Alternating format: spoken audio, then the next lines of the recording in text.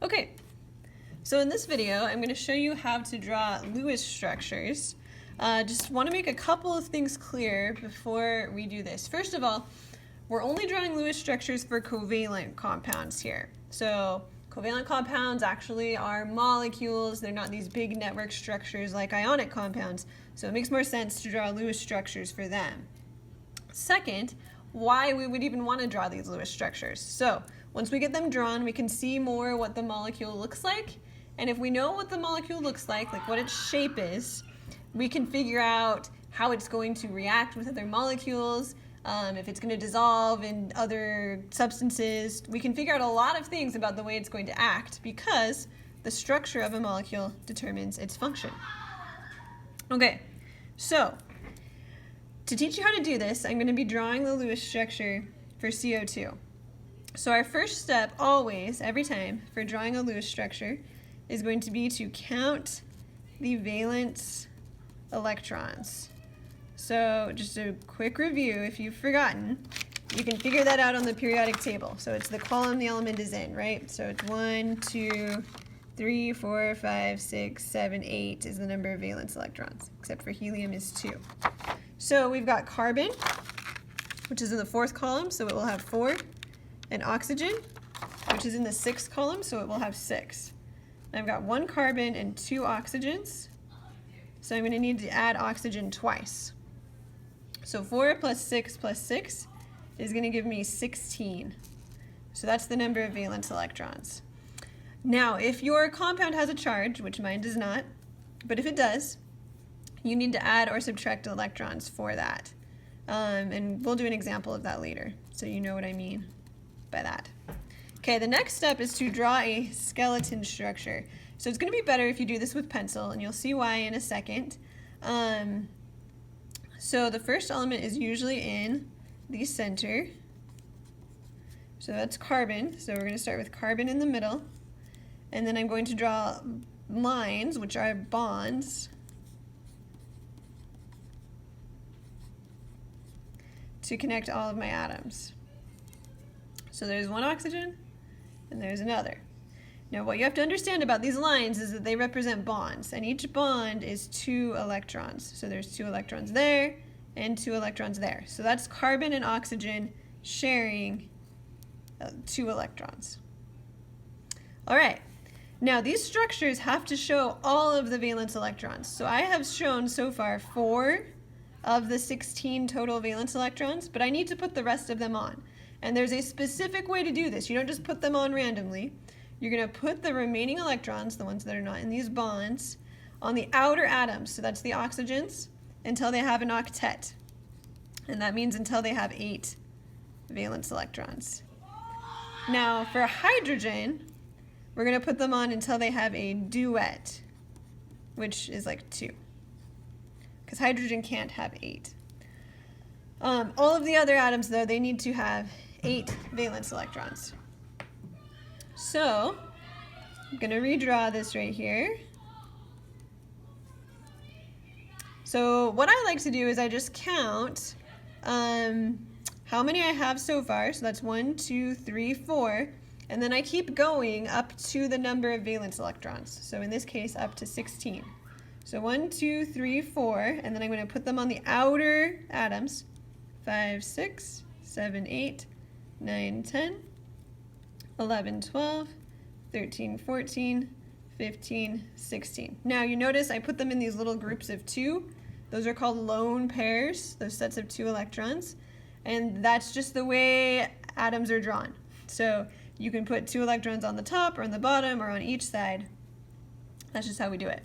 Now that's all 16 electrons, so I can't add any more. Now I need to see if all of my atoms have octets. So the oxygens have 1, 2, 3, 4, 5, 6, and they get to count both of the electrons in the bond, 7, 8.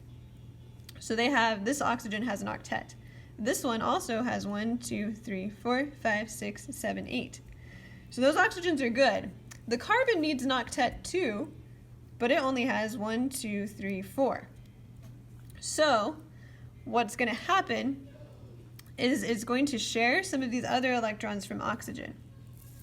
So if the central atom doesn't have an octet, you can make double and triple bonds with the electrons from the outer atoms. So basically what's going to happen is oxygen is going to say, oh, hey carbon, I can share these 2 electrons with you, and they're going to turn into a bond.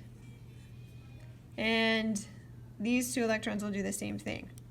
So in the end, our structure will look like this. So those 2 electrons from the top turned into a bond.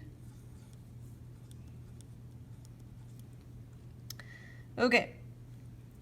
Now let's check and make sure everything has an octet.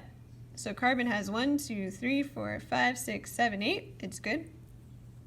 Oxygen has 1, 2, 3, 4, 5, 6, 7, 8. So it's also good.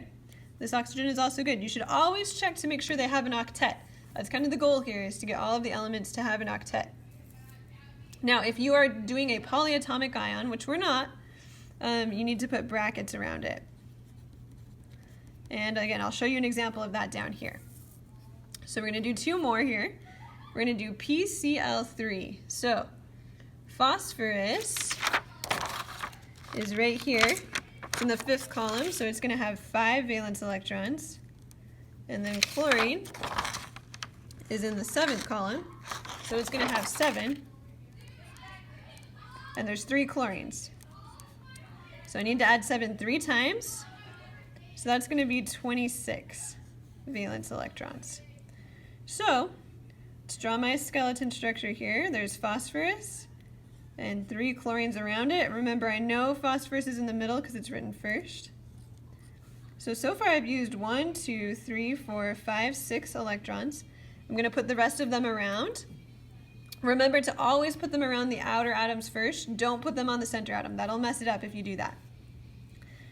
So 6, we've used 6, 7, 8, 9, 10, 11, 12, 13, 14, 15, 16, 17, 18, 19, 20, 21, 22, 23, 24. Now I have 2 extra electrons, so I can put them on the center. 25, 26. So let's see if everything has an octet. Chlorine has 1, 2, 3, 4, 5, 6, 7, 8. 2 electrons from the bond. So it's good. All of these chlorines are the same as that other one, so they all have an octet. And then the phosphorus has 1, 2, 3, 4, 5, 6, 7, 8. So it's also good. So this structure is good. It's done. Doesn't have any charges. We're good. Okay, now let's do NO3 minus. So nitrogen is in the 5th column, so it has 5. Oxygen, we did before, it's in the 6th column, so it has 6. And there's 3 oxygens. Now, this ion, this has a negative charge. This is nitrate polyatomic ion. So if it has a negative charge, you have to add an extra electron. That's very important. If you don't add that extra electron, your structure is going to end up really weird and you're going to be really confused. If it's got a positive, then you would subtract an electron. So if we add this all up, this is 3 times 6 is 18, plus another 6 is 24. So I'm going to have 24 electrons. So let's put N in the middle, the 3 oxygens around it. I've used 1, 2, 3, 4, 5, 6 electrons so far. I'm going to count up to 24. So 7, 8, 9, 10, 11, 12, 13, 14, 15, 16, 17, 18, 19, 20, 21, 22, 23, 24. And that's it. I don't have any more. So if we look at the octets, oxygen has 1, 2, 3, 4, 5, 6, 7, 8. So all the oxygens are good, but nitrogen only has 1, 2, 3, 4, 5, 6. And it needs to have 8. It needs to have 8, no more, no less. By the way, they should never have more than 8 either. They should not have less than 8 or more than 8, which is exactly 8. So one of these oxygens can share 2 electrons with the nitrogen. And it doesn't matter which one. You can do it with anyone. So I'm going to do it with this nitrogen over here. I'm just going to erase these 2 dots. This is why it's good to use a pencil. And turn them into a double bond. And now the nitrogen has an octet. Now this is a polyatomic ion. This is nitrate. So what I need to do is put brackets around it and put the charge outside the brackets. That shows me that it's a polyatomic ion and it's got a -1 charge. All right, So that's how you draw Lewis structures. This will be very important later. You're going to need to know how to do this because there's a bunch of other stuff we can figure out from these Lewis structures. So let me know if you have any questions. Good luck.